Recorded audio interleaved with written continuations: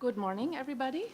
Welcome to this side event, The Case on Iraq, where we will talk about the topic, the Human Rights Council and the mass human rights violations. Before we start our event, please be reminded that it's not allowed to take any pictures, so that's a new regulation by the Secretariat. However, of course, this is with the exception of those by the organizers, pictures taken by the organizers. So I kindly ask all of you to respect that. Well, as you know, the case of Iraq is an example is a disaster on many levels. First of all, as we all know, it was a war of aggression, illegal, without a mandate of the Security Council, that destroyed an entire country on all its levels. A country that was a pillar and the most advanced in the Middle East was totally destroyed. However, it wasn't only about the destruction of the country, but also the measures that followed the war on Iraq that were illegal, as well as a lack of investigation or bringing those responsible to justice. As we all agree, if there is a case of tremendous human rights violations that is not brought to justice, when there is no investigation, no accountability, the international community will lose credibility.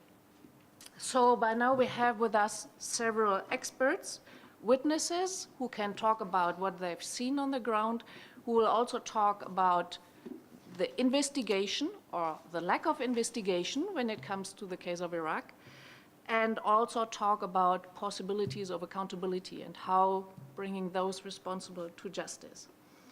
As a first speaker, I would like to introduce Mr. John Pacher. He is a senior human rights humanitarian official. He was in Liberia, Iraq, Lebanon, Palestine, and Nepal. He was head of the United Nations Special Procedures and many other UN agencies. He has seen the development of all UN mechanisms from the beginning on until today. And he will talk about the non-investigation of the human rights situation in Iraq today. Thank you very much for being here with us, and you have the floor.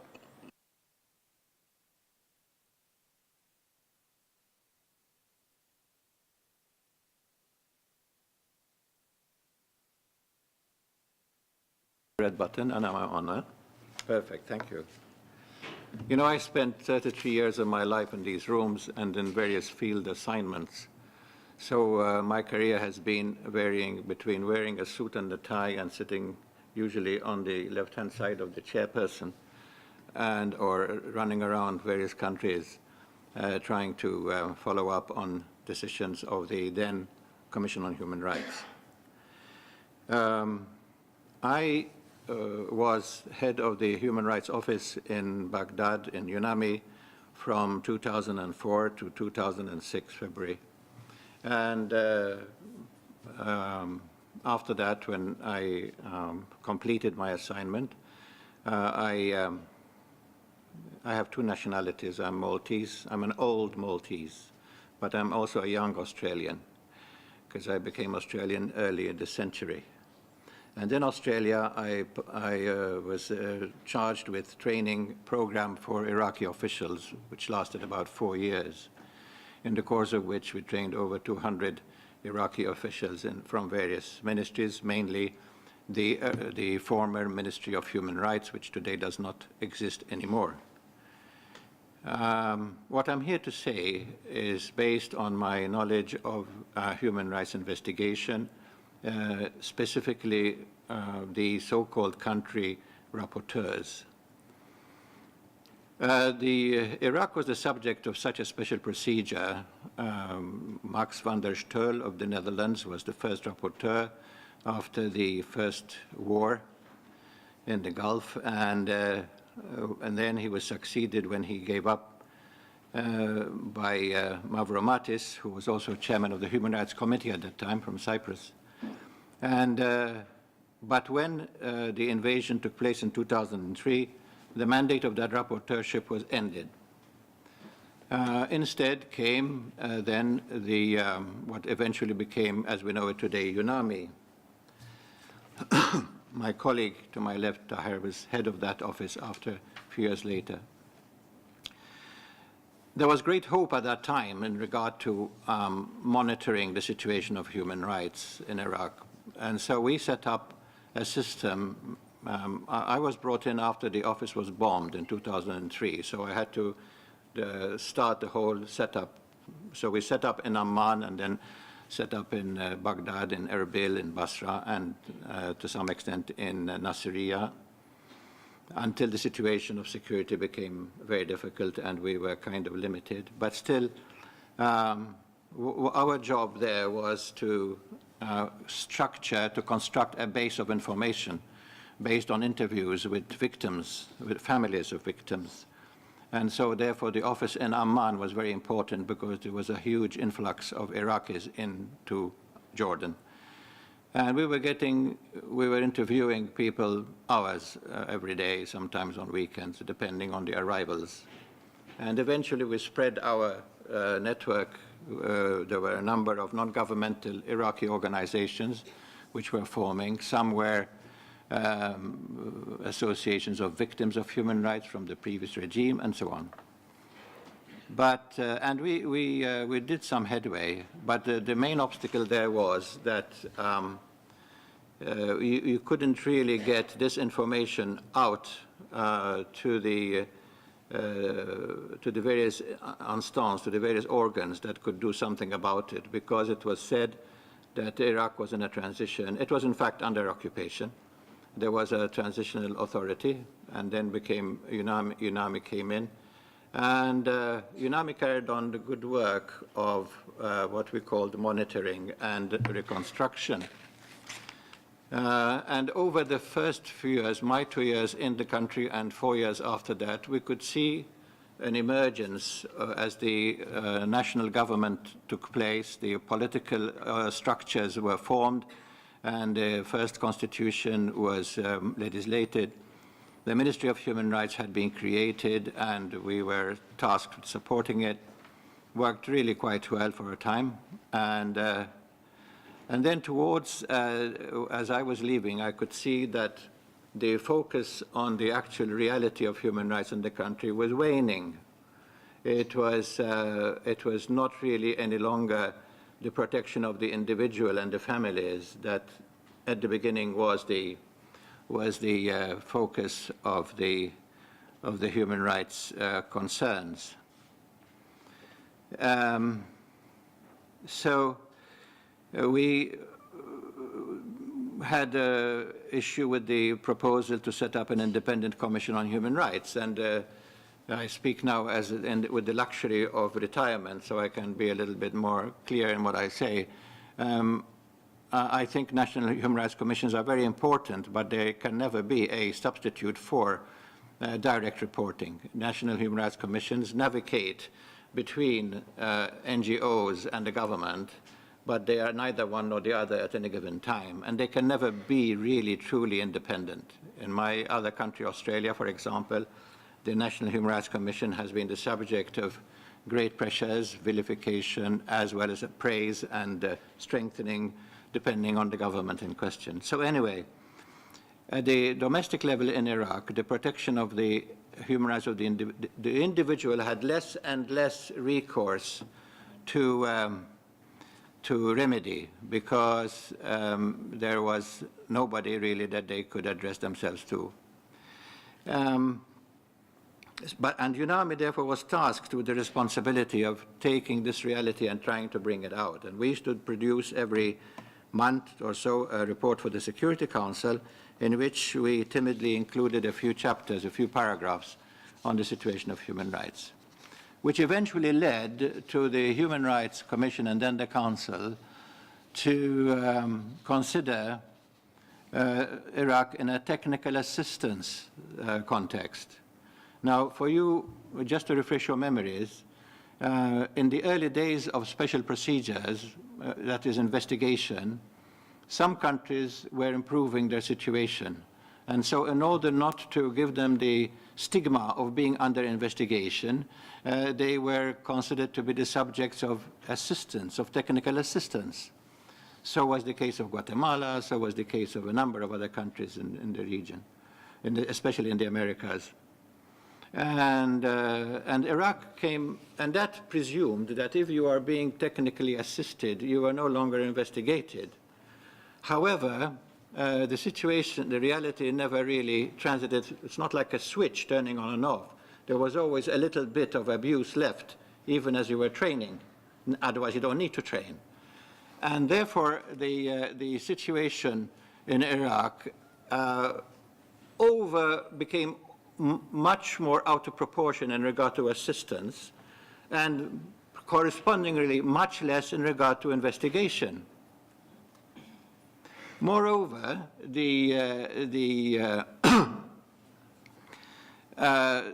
then emerged ISIS, and that created a huge deflection, a huge smokescreen, if you like. So if you look at the record of the Council, you will see a special session. You see resolutions of the Council dedicated to the nasty things ISIS was doing, and they did. They were doing horrible things. And if you look at the, if you like, official literature on the website of the Human Rights High Commissioner, you will see several reports dealing with the situation of human rights in Iraq. But hardly any, in fact, none of them, you tell me when I go overboard. Hardly any of them, in fact, none actually cover the situation of the families, the younger people, or the older, the professionals, the judiciary, the reality, the daily reality in Iraq. And so, I just printed out the page on the UNAMI human rights reports. I'm sure you'll say more about this. This is is a list of reports, until last year, this 2017, and starting in 2005.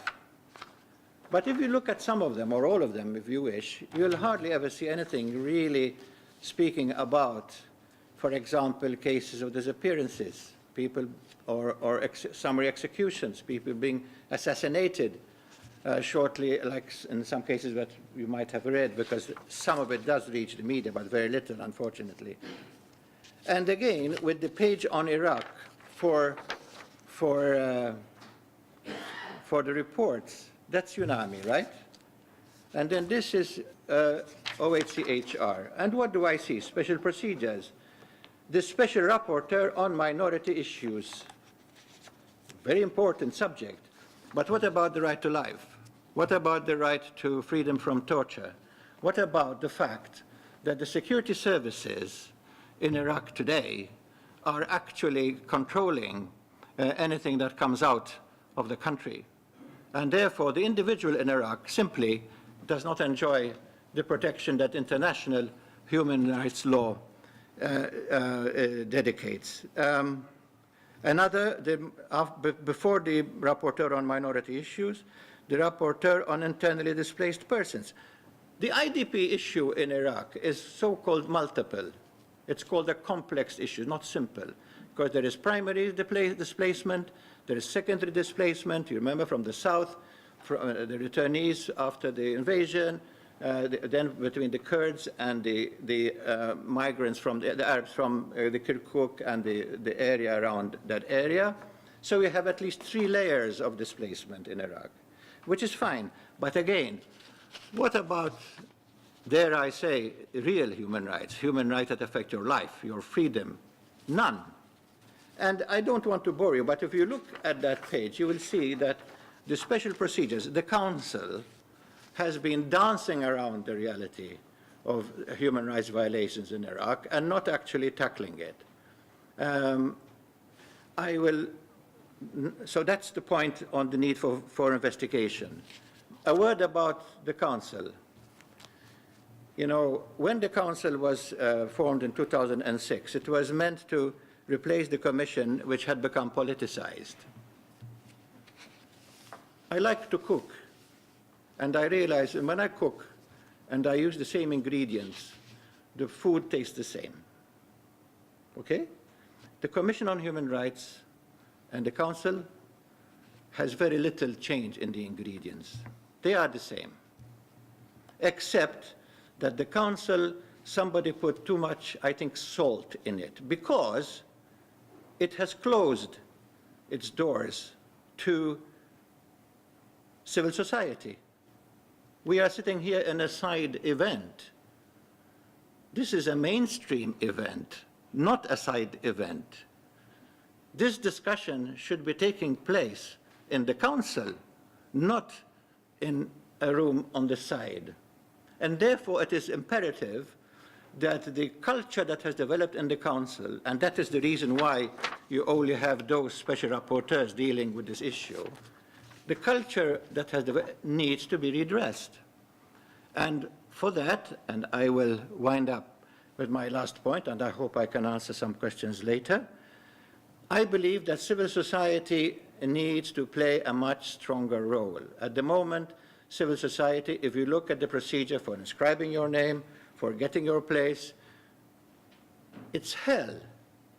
I have never seen, I mean, I was Secretary of the Commission on Human Rights for 16 years, and I have dealt with NGOs. When my last year as Secretary was 1994, I organized the World Conference in Vienna. I had, what was it, 13,000 participants or whatever, regional meetings everywhere. But NGOs were at the heart of the work. You cannot have a discussion, a serious discussion on human rights, unless you have not just the input, not just like a footnote like it is today, UPR, contribution, 10 pages, footnote, and then a list of reports by NGOs that you're lucky to find if you look carefully for it. So we have a lopsided council, a council that is totally isolated itself, really, from the reality on the ground, which is civil society. So civil society, in my opinion, needs to find better ways of strengthening their interaction around the issues. I'm not criticizing, but I'm clinically stating what I have observed over the 40-plus years that I have been involved on these issues. And I can say the same thing about a number of other countries as well. I'm not singling out Iraq, but I do feel a special place in my heart, because the 2 years I spent in Baghdad and the other regions of Iraq brought to me home the nobility of spirit and culture of Iraq and its people, the strength of its character, and therefore, and the debt that the world owes the people of Iraq in terms of its history and in terms of its formation. So we are doing ourselves a disfavor if we continue to ignore the human rights reality in Iraq, and especially the indifference or the, I don't know what it is, I can criticize the council because I'm old now, certainly needs to be chipped at. And I think the ball is nowhere else except in the hands of civil society. I will stop now, because as I said to Daniela, she gave me 10 minutes, and I said 10 hours might be easier. But I do hope that it'll be possible to continue this discussion further. Thank you very much. Thank you. Thank you very much for your presentation, and I have to object. I would like to listen to you 10 hours. Unfortunately, here we are time-bound. So we will continue with our next speaker, who has been following our first speaker in Iraq. So his name is Taha Boumedra. He is a former UN Human Rights Chief of the UN of UNAMI, and then he was advisor to the UN Secretary General's Special Representative for Iraq. Thank you very much for being here with us. Thank you, Daniela. And you have the floor. You have heard John speaking how UNAMI was set up, and I'm going to brief you on how we work towards finishing the mandate of UNAMI and dismantle it. Basically, UNAMI, as you, John, have left it, was radically changed and transformed by a resolution adopted in 2007, which redefined the mission and the purposes of having a UNAMI in Iraq. What was really obstructing the monitoring of human rights in Iraq was the fact that there was a clause saying that nothing could be done under the UNAMI mandate without the express authorization of the government of Iraq, meaning that UNAMI and all UN agencies cannot, all UN agencies, UNAMI cannot do anything without requests from the Prime Minister's office.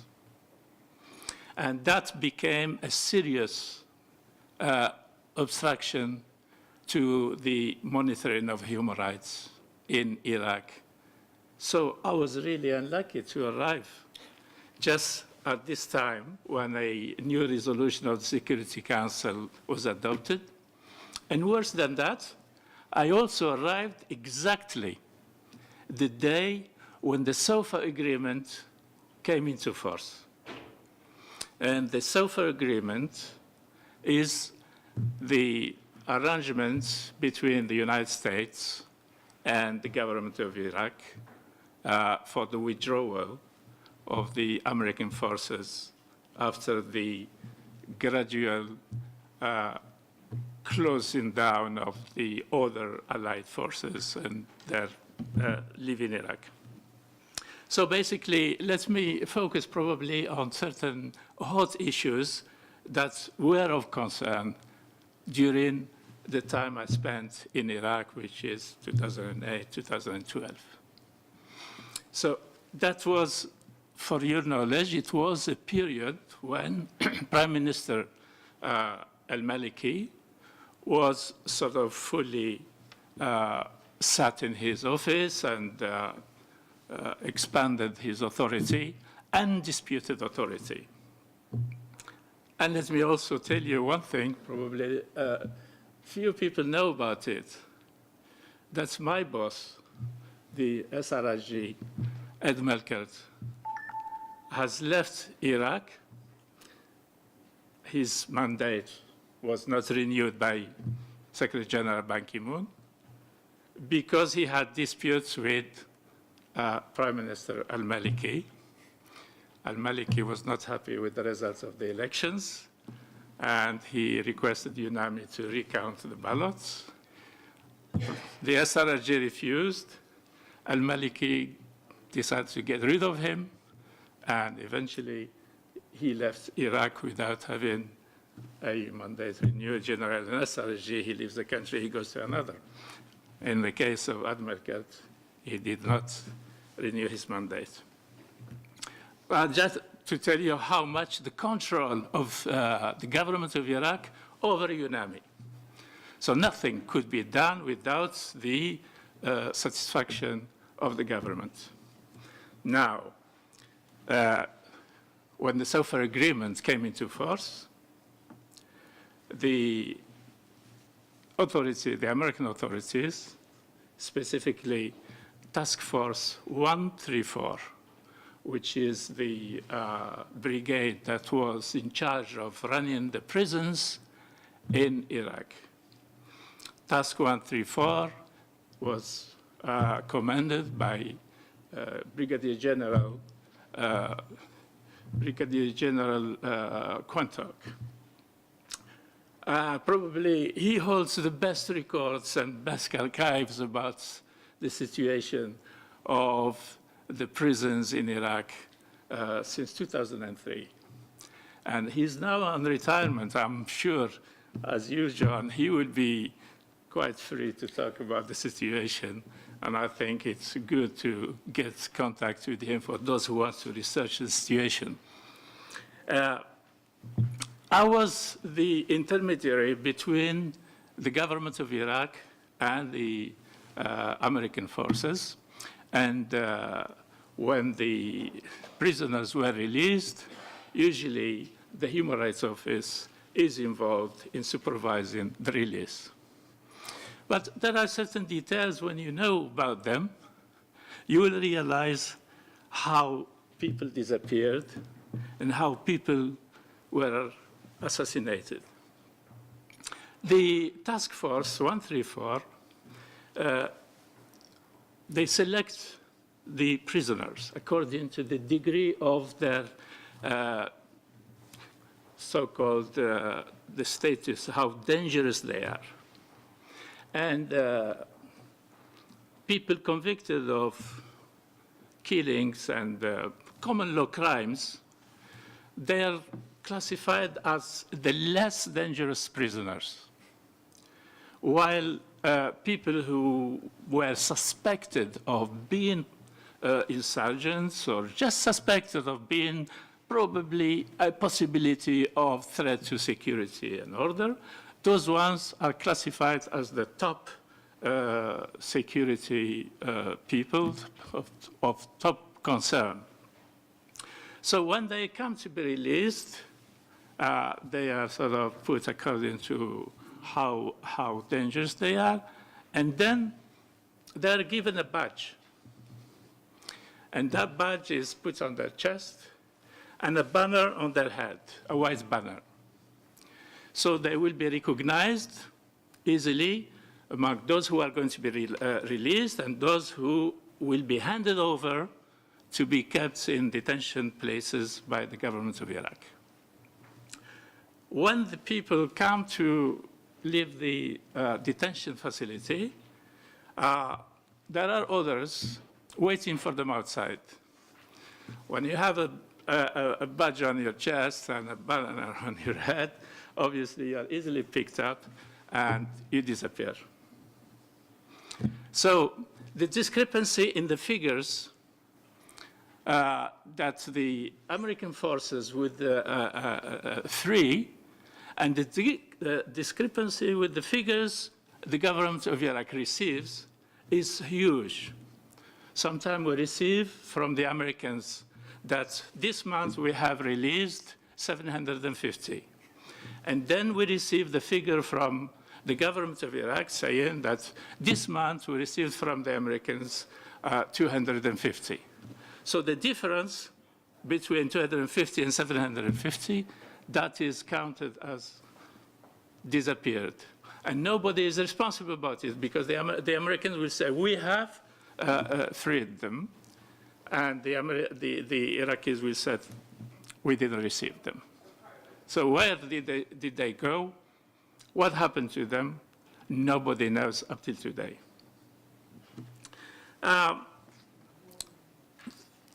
In addition to this, the policy adopted since your mandate, John, it's always, I mean, the characteristic is based on sectarian. And the population of the prisons was 85% Sunni, and the rest is all others. So you will see that arrests and detention was implemented on a sectarian basis. The other thing I would like to underline is that because of the type of the mandate of the UNAMI, access to prisons was not easy for everybody, even though UNAMI till 2012 was under Chapter 7. But still, the government of Iraq has to give its agreement for anything undertaken by UNAMI. So visiting prisons has to be arranged by the Iraqi authorities. And we had very limited access to prisons. And if you know that the Americans set up 3 major detention centers, namely Camp Buka in Basra, Taji in the north of London, and Cropper near the international airport of Baghdad. These 3 ones, just Buka in the south, hosted sometimes up to 25,000 detainees. 25,000 detainees, The Americans jokingly refer to it as the University of Recruitment of Terrorists. And for your knowledge, Abu Bakr Baghdadi, one of the students of this university from Boca. It's a real mess of management of prisons, although, to be fair, the Americans implemented a policy of respecting the international humanitarian law in dealing with this. And the staff, the American staff, was properly trained. While the most dangerous thing is that the prisons run by the Iraqis are done in completely ignorance of international humanitarian law and the rule of law in general. Why is that? The Iraqi law provides for the Ministry of Justice to run prisons. And those lucky ones who went through the due process of law, they end up in prisons run by the Ministry of Justice. But besides the Ministry of Justice prisons, there were prisons run by the Ministry of Interior. There are prisons run by the Ministry of Defense. Prisons run by the Ministry of Labor and Social Affairs for the juveniles.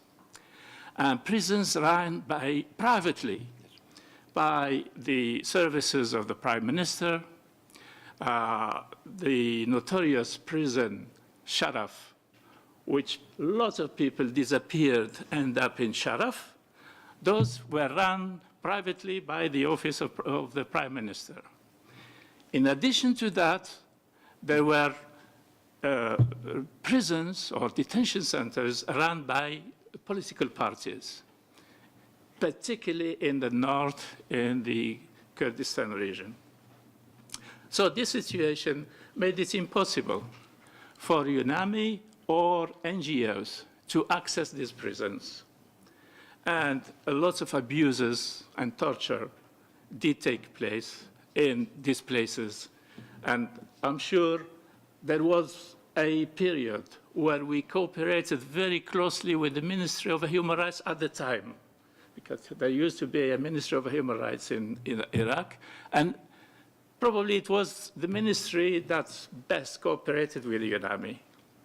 And they, on our request, they investigated some places, and they discovered what had never been described or reported in the UNAMI reports. You know how the procedure is about UNAMI's reports on human rights. It's, first of all, the information is passed on to UNAMI through the security forces, the Iraqi security forces. UNAMI has no access. And then the period I'm talking about, during my period, we cannot go anywhere without very, very dramatic security arrangements. And to go out with those, first of all, we had the escort of the American forces, and we have the escort also, closer escort of the Iraqi forces, and the escort, the bodyguards of the United Nations. So with all this dramatic escort and arrangements, you have to, in order to visit any place, you have to undertake arrangements that would last sometime the whole month. And I used to go to the Ministry of Justice. We occupied the Ministry of Justice 3 days before I arrived to the place. So this makes it impossible, because the policy of the United Nations was zero tolerance in terms of security. So this zero tolerance of security made it impossible for UNAMI to objectively investigate or monitor. So we receive all information from the Iraqi security forces. That puts a big question mark on the reports of human rights. The figures we receive them through the Iraqi security forces. The bodies that were described in the newspapers thrown in Mosul's streets early in the morning, also, and blamed on Daesh and Al-Qaeda. Also, those bodies, it's the security forces that tell us that we found a number of bodies, and they point at Al-Qaeda. And we have credible information we receive from the civil society telling us that people have been killed in prisons and thrown in the street early in the morning, and then they were reported as victims of Al-Qaeda and Daesh. And let me, probably the time is running, and I want to move a little bit towards other issues concerning the work of UNAMI. There was a time when, particularly after 2010, they started talking about creating a new mechanism for the protection of minorities. And let me say that the protection of minorities, there are levels of favoritism in terms of, there are some minorities that are more protected than others. I personally objected to that. And I said we need to protect on the basis of citizenship, the rule of law, and access to justice. So all Iraqis, without distinction, regardless who they are, regardless of their religion, their ethnicity, they should be protected according to the rule of law and the judiciary system of Iraq. But UNAMI insisted that we need to create a mechanism. I warned that that mechanism will lead eventually to dividing the society in an irreconcilable way. But still, when diplomats turn up into my office, they ask me, how is that community? I don't want to name those communities who are better protected than others because I don't want to contribute in this kind of manipulation. Let me say there is some concern that UNAMI was set up to assist in the reconciliation and reconstruction. The setting, the security setting, and being sort of locked up in the green zone made it impossible. And let me say, without distinction, all agencies, UN agencies, 18 agencies based in the green zone, they spent months and months just sort of bored in the bar of UNAMI underground, just drinking and waiting for the days to pass. They have nothing to do. Huge money spent. We do nothing because we don't have access, and security, for security reasons, we're not allowed to get out of the prison. This situation really made UNAMI a mission, a redundant mission that should be ended. And in fact, the Deputy Secretary General in charge of the DPA came to Baghdad in 2011 in order to terminate the mandate of UNAMI. So we started closing down offices. UNAMI had a big office in Jordan. It was closed. The offices of UNAMI in Kuwait were reduced to exclusively to the technical issues, providing material and whatever is needed. But the presence of UNAMI in Kuwait was completely or literally closed. And we were supposed to, in 2012, just hand over the keys to the government of Iraq.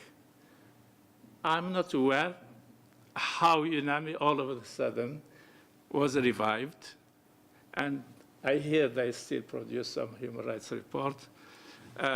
in the situation, the money spent on one individual, in my period, one person cost $1,000 a month, and the mission was over 1,000 people. So think about how much money, $1,000 a month for each person in terms of security. So when you consider this kind of money, we should ask, is it really worth it to keep UNAMI going? While the real need of monitoring the situation, we need one person. We need a special rapporteur on a human rights situation in Iraq. That would reduce the budget of the United Nations with a huge amount. But somehow, they keep spending these unlimited amounts. And I will not probably, out of respect to John, I will not talk about corruption within the system, because the corruption is rife. Now, You just said it. shouldn't we request a special rapporteur and close down UNAMI? I will leave this question for you. Thank you. Very good.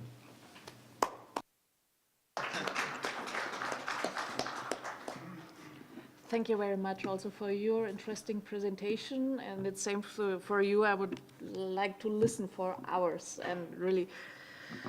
Well, after having heard about the flaws in setting up a mechanism like UNAMI, we heard about the restrictions and the dependency of UNAMI from politics that makes real investigations impossible, gives way to total impunity and insecurity. So there is no real prospect for reconciliation and reconstitution of the country. So, of course, I hope we will have the time to go more into detail after this. But now I would like to give the floor to our next speaker, Inder Kumar. He is an US-American lawyer and the director of Just Atonement. And he has been working a lot on the case of Iraq, and I'm very much looking forward to hearing about his expertise. Good afternoon. Is this on? Can you hear me? Okay, great. So I have some prepared remarks, and then I also have some remarks that I will speak about when I talk about certain discrete legal issues. So as we all know, on March 20th, 2003, the United States of America led a coalition of countries in invading and occupying the Republic of Iraq. And today, 15 years later, the prospect of accountability for the invasion, which, as has already been described, was an illegal act of aggression under international law, seems as remote as ever. So the question that I'd like to answer today is, can we hold those people accountable who invaded Iraq? And I think it leads to a bigger question, is can we ever hold great powers responsible for the international crimes committed by those great powers? And my argument today is very simple, is that if we do nothing to hold great powers responsible, and in particular the people who destroyed Iraq, then it is only a matter of time before a crime as horrific as the Iraq invasion and, quite frankly, the annihilation of another member state of the United Nations takes place. So to date, there has only been one attempt, just one single attempt that I know of, to hold members of the Bush administration responsible for the crime of aggression against Iraq. And that was in 2013 when a group of Iraqi refugees filed a lawsuit in the United States, in the United States federal court, asking the federal court to investigate an inquiry about the crime of aggression that took place when the United States invaded. And as part of that effort, these Iraqi plaintiffs produced evidence to the court showing that certain members of the Bush administration, like Secretary of Defense Donald Rumsfeld in particular, Undersecretary of Defense Paul Wolfowitz, had been writing about and advocating an invasion and a military overthrow of the Iraqi government since as early as 1997. And this was all public materials that they had testified before Congress about. There was evidence presented to the court that in January of 2001, so the very first week of office, the first national security meeting was about how do we invade Iraq. And there was evidence presented, again from publicly available sources, showing that the day after 9/11, or the day of 9/11 and the day after 9/11, there was a widespread discussion of how can we utilize 9/11 as the reason to invade Iraq. So all this information was presented to the federal court, asking for an investigation, asking for reparations to be paid to Iraqi civilians.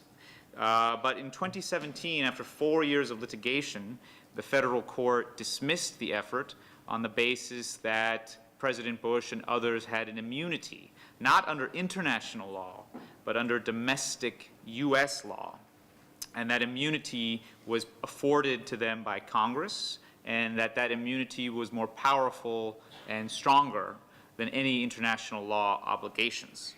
So this case, which is the Saleh case, Saleh v. Bush case, is the only case that I know of.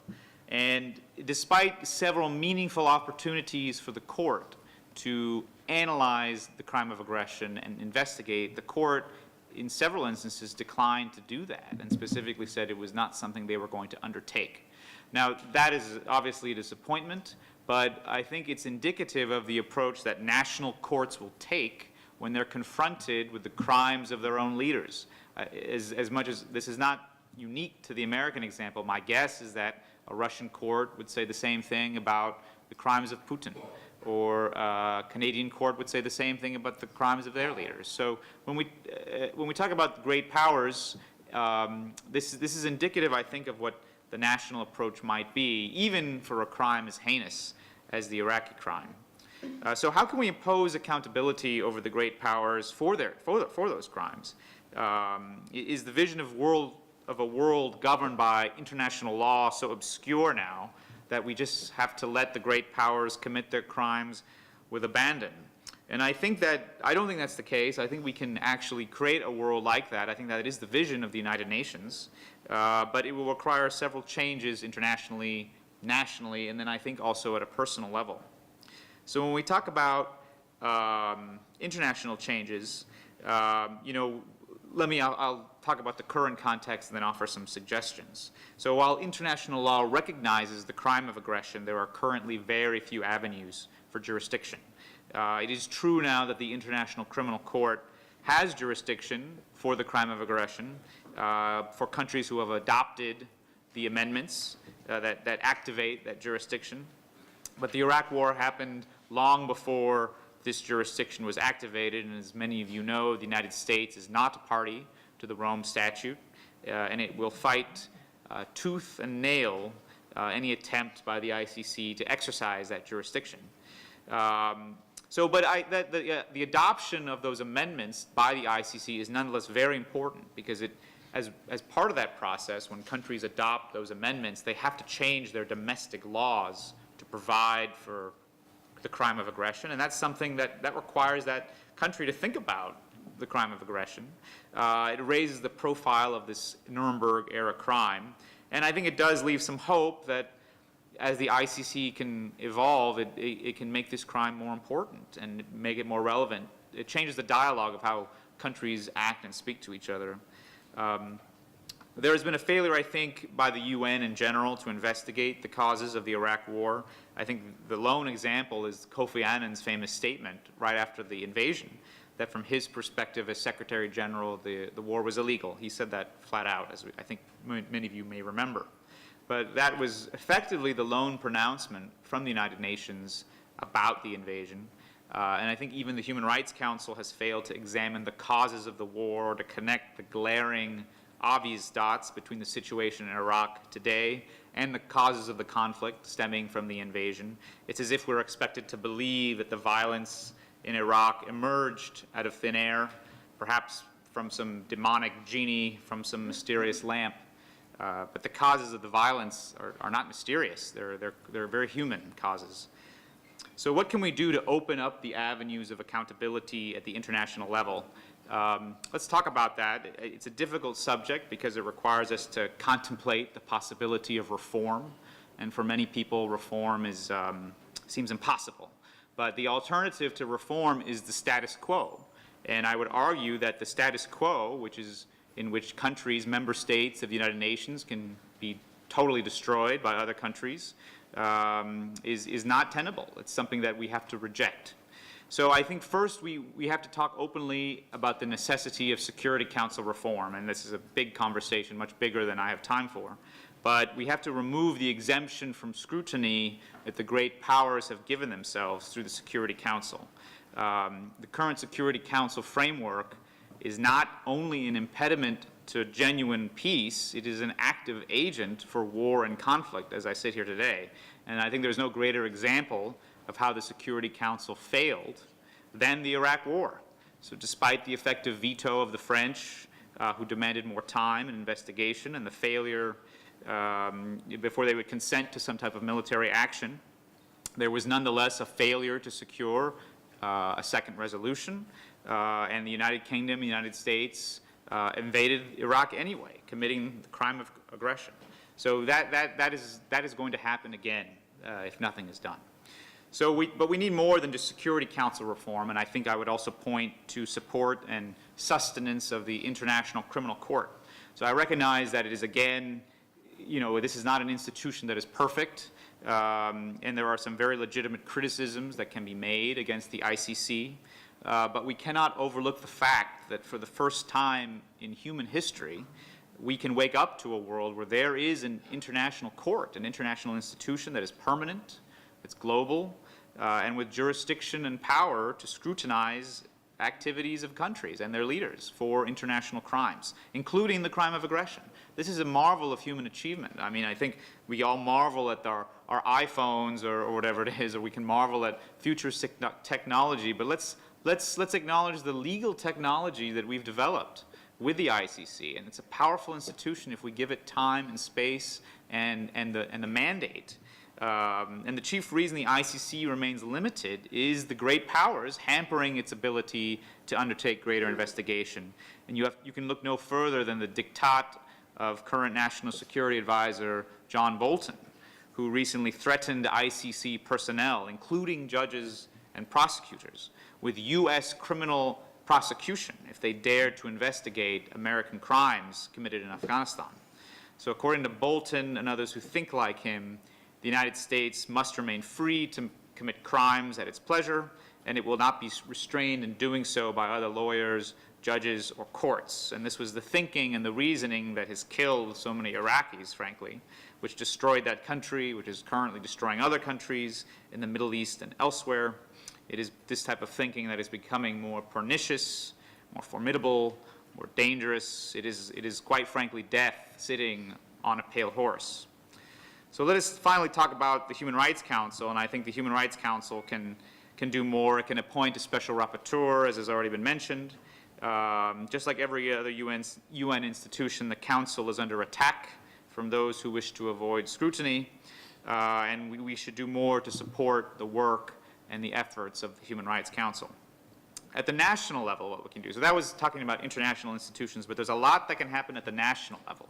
And I offer just a couple suggestions. One is we should encourage countries to think about the concept of universal jurisdiction.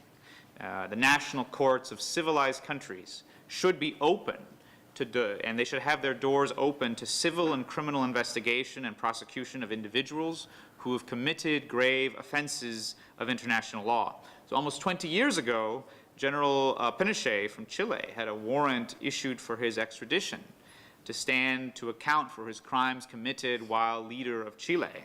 Pinochet was a very favored Western leader, and in hindsight, his indictment by a Western court seems close to unbelievable. But independent nations who support the rule of law must remember the Pinochet example and open their doors to investigating the crimes of the great powers. And I acknowledge this is a very tough thing to do, and I'm not naive when I suggest this. In 2003, Belgium tried to do this very thing and open an investigation, or their courts open an investigation into the 1991 Amiria shelter bombing by the United States. And the United States, in response, threatened that it would destroy Belgium's status as a center for international institutions. Belgium changed its law that year to stop the investigation. So I know it's going to be tough to stand up to the threats of the great powers, but the alternative is to live in a world where the strong continue to exploit the weak. And when we talk about universal jurisdiction, we should include in that discussion and dialogue the crime of aggression. The crime of aggression is the supreme crime under international law. It is a crime that has been well defined at the Nuremberg trials and now through the ICC's amendments. And I think we also have to be honest that the great powers are not going to police themselves. The great powers are too powerful, and they're not going to let their courts scrutinize their own leaders. This is true of the United States, for sure, as we saw in the Saleh case, but I think it's also true of the other powers as well. And what we need to encourage is other countries to think about very seriously this idea of a universal jurisdiction enacting universal international law. And this can be done not just through national courts, but also through regional courts as well. And finally, I want to talk about at the personal level, what we can do. And this is the third level of change. We talked about the international level, the national level, and the personal level. And here I want to speak from personal experience as an American who lived through the transformation of American national discourse caused by the 9/11 attacks in New York in 2001. It's very clear to me that American leaders intentionally and quite frankly outrageously took advantage of that terrorist attack to create a permanent state of emergency. It's what the Italian theorist Giorgio Agamben might describe as a permanent state of exception.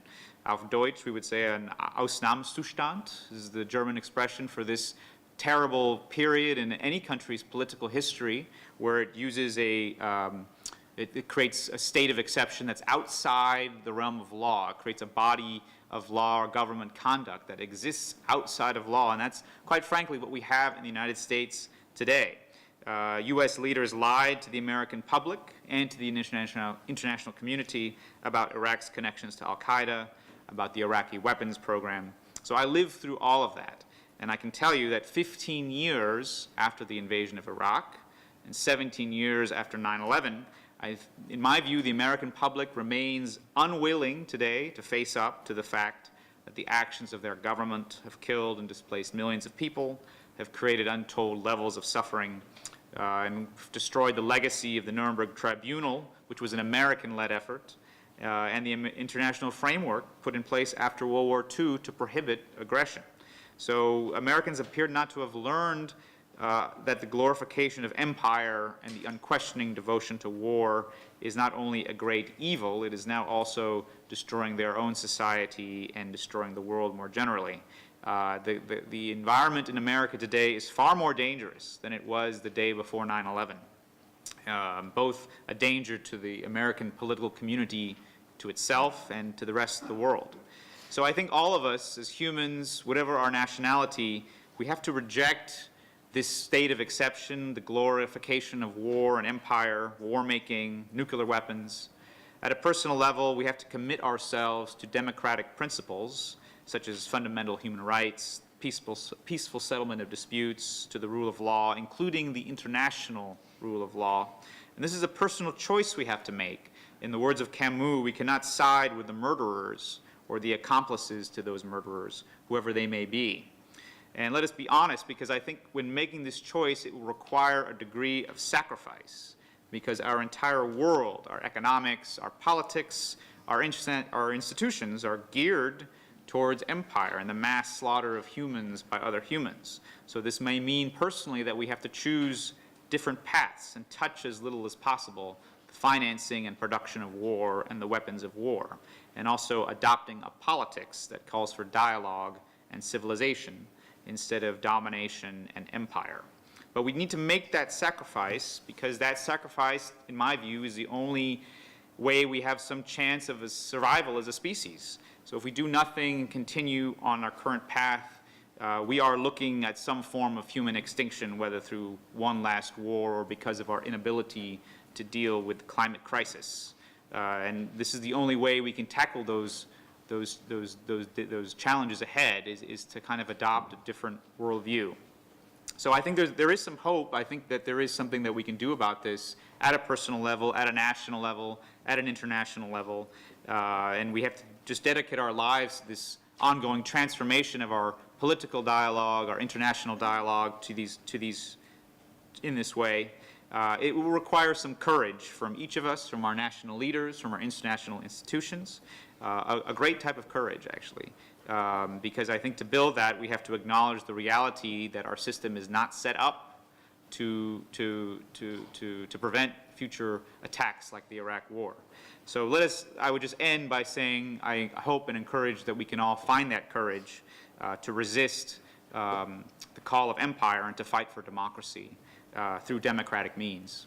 Thank you.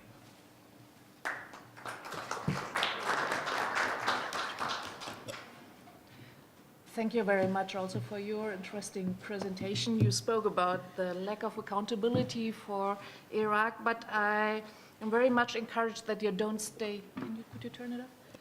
With a negative, but also give some perspective and hope. And when we look at our three speakers, I would say the bottom line is, of course, the lack of accountability for a war of aggressions, tremendous human rights violations, but also the weakness of UN institutions, the failure to guarantee really impartial investigations, and that there are reforms needed on all levels, beginning from accountability to UN mechanisms and investigations, and also the Human Rights Council. Before we pass to our question and answer sections, I would just like to give the floor to the organizers of this conference. Please, Mrs. Aya, could you just say a few words? Thank you. Thank you very much. I would like to thank all of you for your continuing interest in strengthening human rights in Iraq. شكرا لكم جميعا.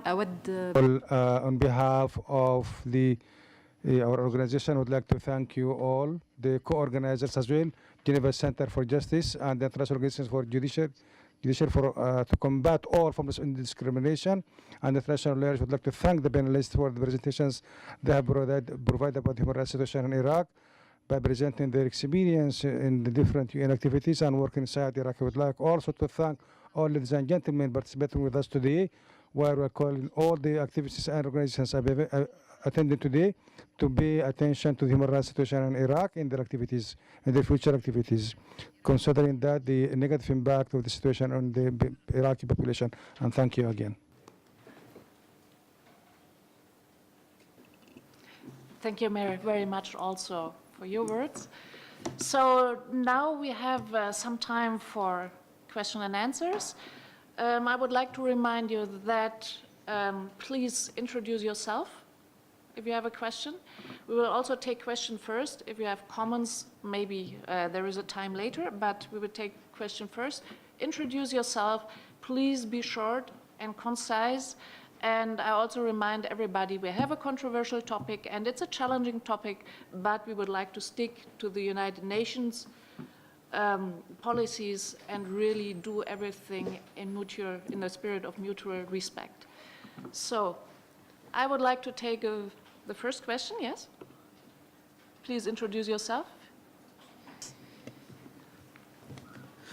شكرا جزيلا سأتحدث. Thank you so much. I'm going to speak in Arabic.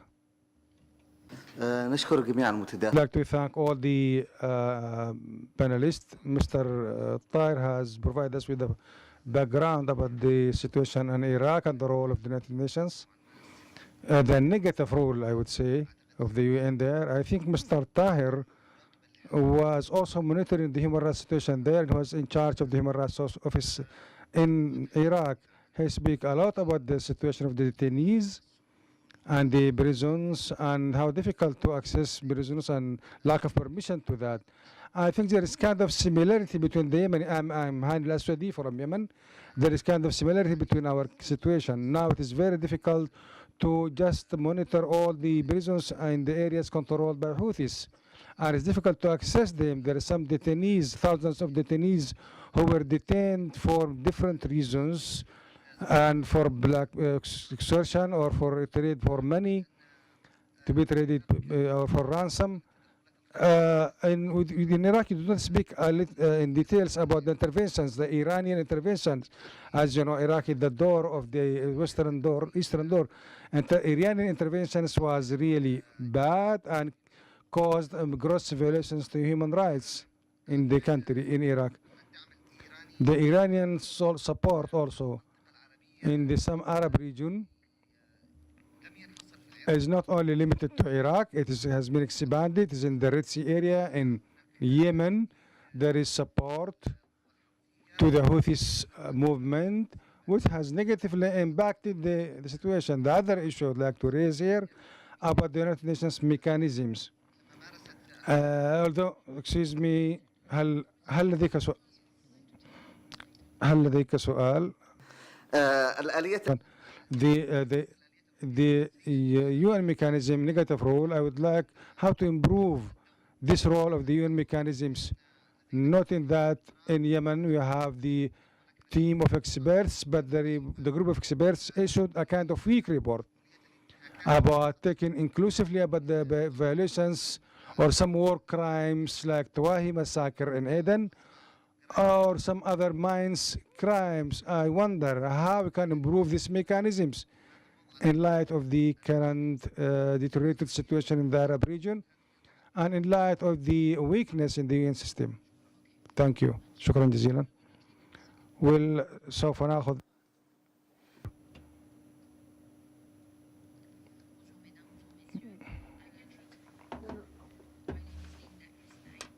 اسمي ليندا لستا.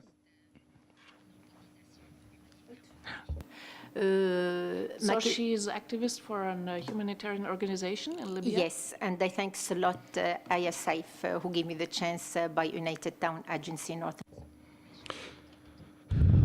Yeah, to be here today and to talk about the prisoners in Libya. Ma question est la suivante. Avec tout mon respect, j'ai la confiance aux Nations Unies, mais je me demande pourquoi tous les activistes et les gens qui ont le pouvoir d'arrêter toutes ces guerres et toutes ces tortures dans les prisons n'essayent pas de faire quelque chose avant que la drame arrive. Okay. C'est ça ma question. Thank you very much. So her question is, why do people always react after something bad happened and do not prevent these human rights violations?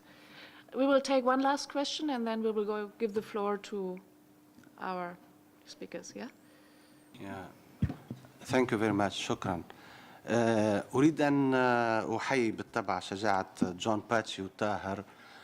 Bach for his courage and Tahir for entering Iraq under such difficult conditions, because that time it was not possible for UN staff to choose Iraq, but choosing Iraq that time is a kind of, it is an option by them, not imposed by any agency. So I would encourage I would like to thank them for their courage. I have three questions. The first question, what are the lessons learned from the UN experience in Iraq and on the role of UN, the negative or positive role of the UN, and how to avoid that today in the case of Libya, Yemen, and tomorrow in Syria, if there is any UN mission to be peacekeeping mission in these countries.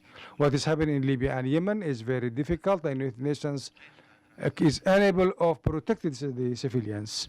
The second point about the transitional justice, I recall that the UN mission or the concerned with the human rights issues is the human rights department and transitional justice, rule of law and transitional justice. Human rights, rule of law and transitional justice. Now the same thing in Libya and Yemen, we are going the same direction. So do you think the UNAMID has encouraged such tendency? What is the outcome that we have reached into after more than 15 years from 2003, the American invasion that destroyed Iraq? Today, we're speaking about transitional justice. Where is transitional justice? Noting that the objective of transitional justice is reconciliation, national reconciliation. It seemed that this did not happen. Is it possible for the international justice to be a priority under the chaos and civil war situation? The United Nations has to reconsider these priorities from the international justice perspective. The third question is about the civil society. In 2003, we did not have a civil society in Iraq as a result of the dictatorship. But after that, we have witnessed a huge number of NGOs that's supported by the UN. Where are they now? Where are these NGOs? Is there any positive outcome of the UN support to civil society, the emerging civil society at that time? Shukran jazilan. So we had 3 questions here. In some way, this question can be regrouped in saying, okay, the case of Iraq is a very dangerous precedent for the entire world and also for other cases. And if this is not solved, it will have ramifications for the entire world and the entire human rights system. So now I would like to give the floor to our speakers for your answers to these points. I can have a first go. I was always somewhat suicidal. I think we have to distinguish about, when we speak about human rights violations, there are 2 things, 2 distinct things. First, the identification of the violations of the individual. As Tahir has said, regardless of minority group or sector or whatever, if a violation takes place of an individual's basic rights, that violation has to be discovered and dénoncé and announced. The second is the way you tackle it. You have a special procedure, you have maybe just bilateral tit for tat, you have various ways, but you cannot confuse the 2. The important thing is that the priority should lie with identifying the violation of the individual, because it is the individual that is the common denominator to all this. And that applies to the gentleman's questions. With regard to my dear colleague and friend, I think that and the lessons learned, if you like, the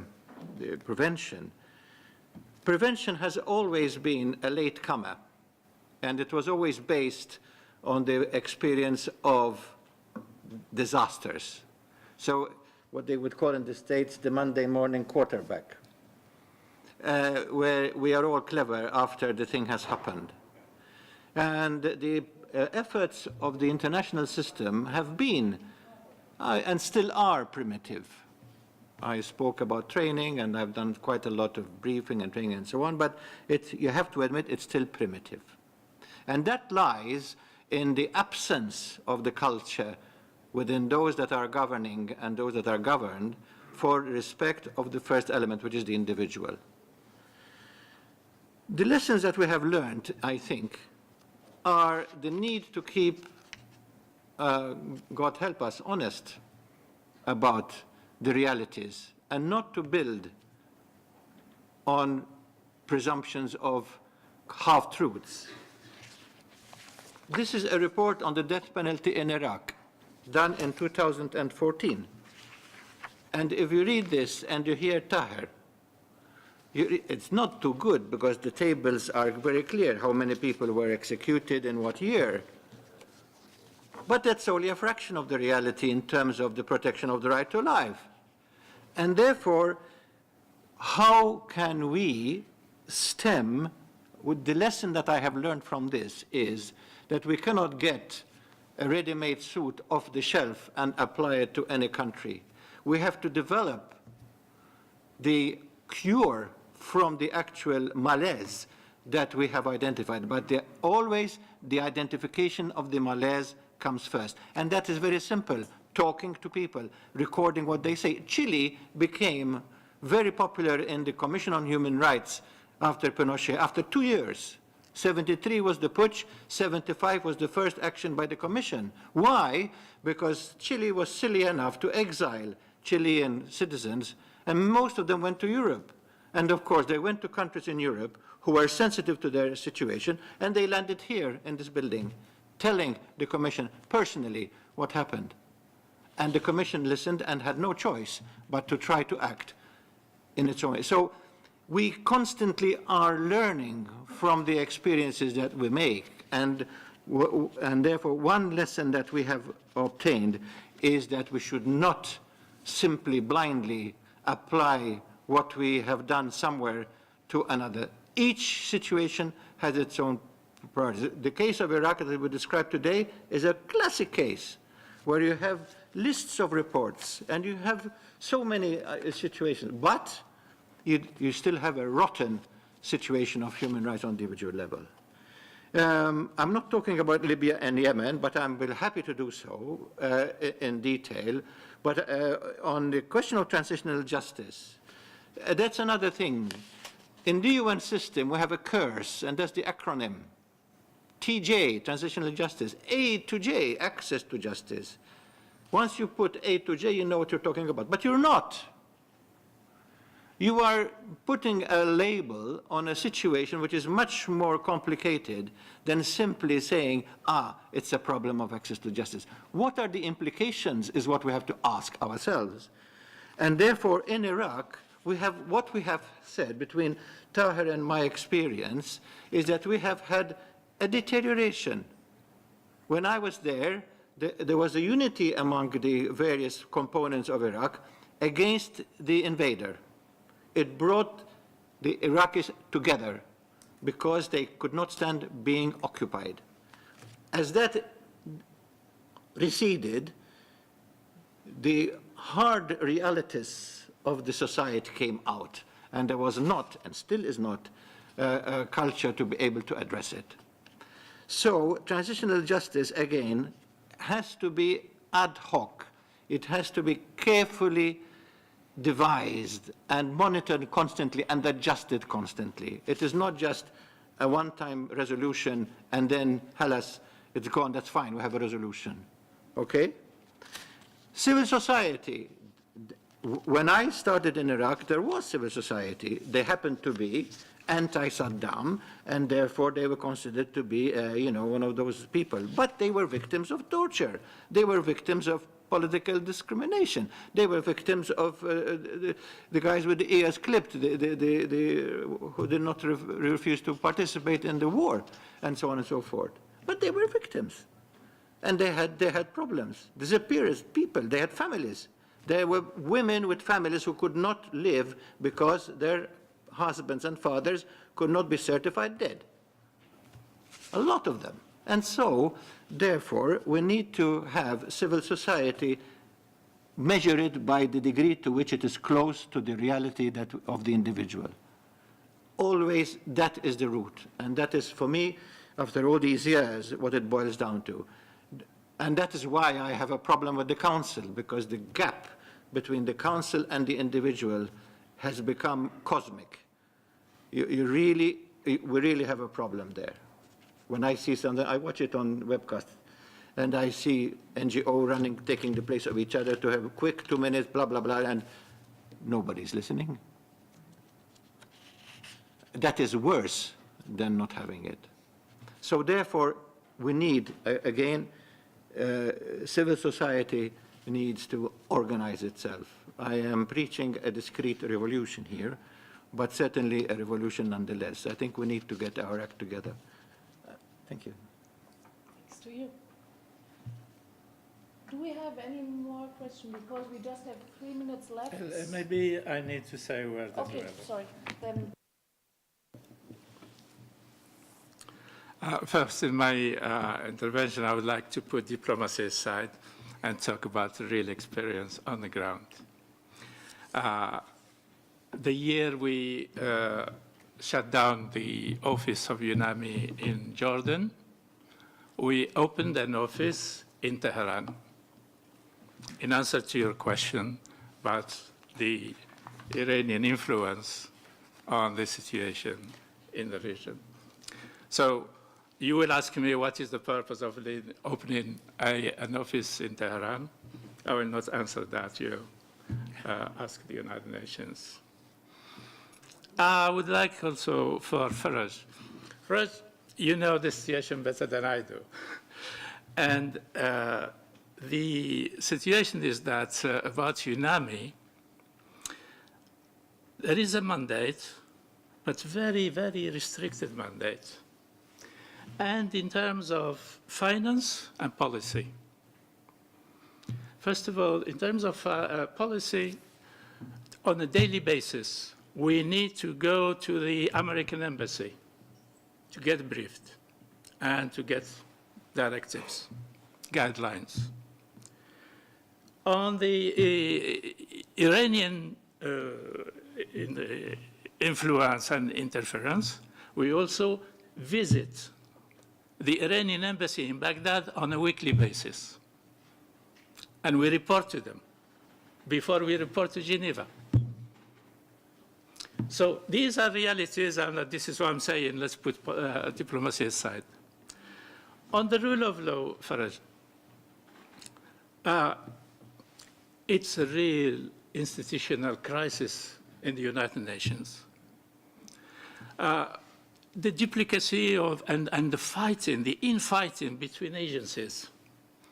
The rule of law is addressed by UNDP, UNOPS, UNAMI, and other agencies. And we end up months and months discussing and fighting about who gets what in terms of budget and in terms of programs to be implemented on the ground. And at the end of the year, the government of Iraq will tell us, you do what I tell you, and I choose the agency that implements the program. So these realities makes UNAMI and all UN agencies present in Iraq completely inefficient if you take the whole thing in the context of the security requirements. Thank you. Thank you very much. I'm sorry we have we have reached the end of our panel, so it is, and we don't have more time. So I'm very sorry, but I am glad to announce that after this event there will be refreshments just outside the room. So I'm sorry it's not possible to take any questions anymore, but over these refreshments you will have the, please, I'm the moderator, please, I'm about closing this. I encourage you, please, I would kindly ask you now to close your microphone because we are about ending this event. You are very free to talk to our speakers at the end of the event. So thank you very, very much for having been here with us. It has been a privilege and hope to talk to you outside. Thank you.